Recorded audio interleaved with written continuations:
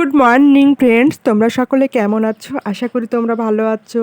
আমি ভালোই আছি, কিন্তু এত গরম না, প্রচণ্ড গরম। গরমে একটু অস্বস্তিকর মনে হয় দুপুরের দিকে, কারণ এত খরা রোদে কোথাও বেরোনো যায় না, কিছু না। আর দুষ্টু শুধু বাইরে বেরোতে চায়, এটাই হচ্ছে এক সমস্যা। যাই হোক, আমি অনেকক্ষণ আগে উঠেছি, এখন 6:30 বাজে, অনেকক্ষণ আগেই উঠেছি।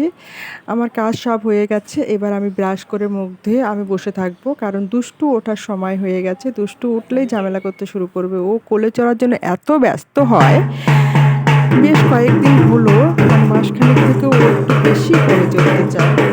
এই যে ঘুম ভেঙে গেছে দুষ্টু, এই যে ঘুম ভেঙে উঠে ব্রাশ করা নেই, কিছু নেই, এই যে ডাঙ্কা নিয়ে বেরিয়ে পড়েছে।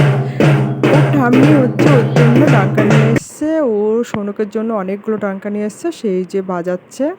আমার রান্না বান্না হয়ে গেছে।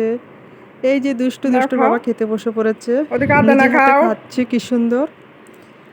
আমি বলছি বারে বারে আমি খাইয়ে দিচ্ছি, না ও শুনছেই না, ও নিজে হাতেই খাবে। যাই হোক, খাক, নিজে হাতে খাওয়াই ভালো, তাহলে আমার একটা কাজ কমে যায়। এই যে ও বাবার সঙ্গেই খাবে, খাচ্ছে, খাক। ওর বাবা খাইয়ে দিতে গেলেও খাচ্ছে না, ও নিজে হাতেই খাবে। এই যে আমরা চলে এসেছি, আমরা ওই 11টার দিকে চলে এসেছি, আমি বাবার বাড়িতে চলে এসেছি। দুষ্টু ছাতা নিয়ে তো রাস্তার এখান দিয়ে, রাস্তার সাইডে বাড়ি, রাস্তায় ঘুরে বেড়াচ্ছে। আমি বলছি এত রোদের মধ্যে ঘুরতে হবে না, তবুও এই যে ঘুরে বেড়াচ্ছে। এখন 3:30 বেজে গেছে, রোদ তো কিছুতেই কমছে না। এত তাড়াতাড়ি রোদ তো কমবেই না। ওই দেখো, প্রচণ্ড খরা, প্রচণ্ড তাপ, এত তাতে বেরোনো যায় না। কিন্তু মেয়েটা এত ঝামেলা করছিল, ও বাড়ির সামনে দোকান আছে, সেই দোকানে যাবে, খুব বায়না করছে। ওই জন্য এই যে 3:30 বাজে, এখন ওকে দোকানে নিয়ে যেতে হচ্ছে। এদিকে বাড়িতে রান্না বসাতে হবে। এই যে আমাদের বাড়িতে এসেছে নতুন বউ, এসেছে আমার মাসির ছেলে, আর এই যে ছেলের বউ। নতুন বউ এসেছে, সে তরকারি কাটতে শুরু করে দিয়েছে। রান্না বান্না করতে হবে, কারণ ওরা একটু বাদেই চলে যাবে, খাওয়া দাওয়া করেই চলে যাবে। তো আমাদের এই যে তরকারি বসানো হয়ে গেছে, মাংস তরকারি বসানো হয়ে গেছে। আর এদিকে মা সাজের পিঠে করছে। না, রান্না করা, প্রচন্ড খরা না এখন, প্রচন্ড খরা। হ্যাঁ, এই দেখো আমার মা সাজের পিঠে করা হয়ে গেছে। এই যে আমি এই যে থালায় থালায় বেড়ে নিয়েছি ওদের জন্য, ওদের খেতে দেবো। ওরা খুব তাড়াহুড়ো করছে যাওয়ার জন্য, 5:30 বেজে গেছে। এই যে ওদেরকে দিয়ে দিলাম। এদিকে দাদাও বলছে তুই আমাদের সাথে বসে পড়, দুষ্টু তো ঘুমিয়ে আছে, দুষ্টু ওঠেনি, দুষ্টু কখন উঠবে কে জানে। তা আমাকে বলছে ওদের সাথে বসতে, আমি বসি ওদের সঙ্গে। তোমরা কে কে এই সাজের পিঠে ভালো খাও বলো তো? আমি তো ভীষণ ভালো খাই, ভীষণ ভালো লাগে আমার কাছে। এই যে আমরা খেতে বসে পড়েছি সবাই একসঙ্গে। আমি বলছি যে আমি এগুলো ভালো খাই, ওরাও বলছে ওরাও এগুলো ভালো খায়। এই যে সাজের পিঠে, আর সে মাটনই হোক আর হচ্ছে চিকেনই হোক, যাই হোক দিয়ে হলেই হলো।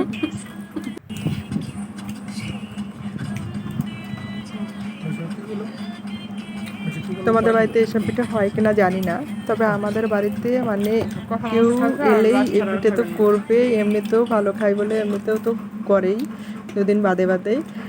সত্যি কথা বলতে আমি বিরিয়ানির থেকেও আমি বেশি ভালো খাই এই পিঠে। সুন্দর রান্না।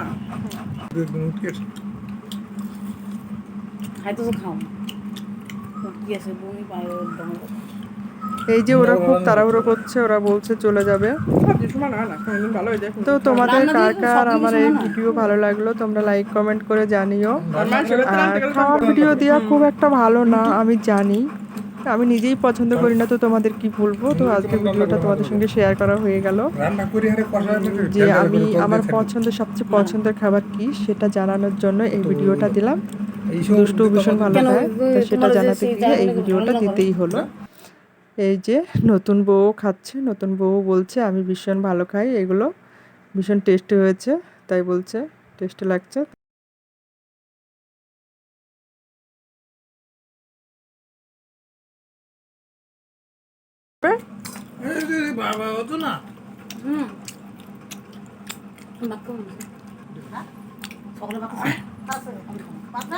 না ভাত রান্না তো না আছে কি কেন আবার কটা রান্না করে দেবো গরম গরম সন্ধ্যার সময় খেয়ে যাবে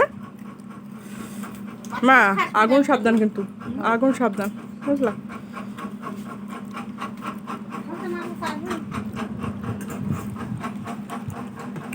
এই সমস্ত ব্যবসা যদি একটু ভালোভাবে বুঝে করা যায়। তো এই যে বাবা নতুন বউয়ের জন্য একটা শাড়ি নিয়ে এসেছে, জামদানির শাড়ি।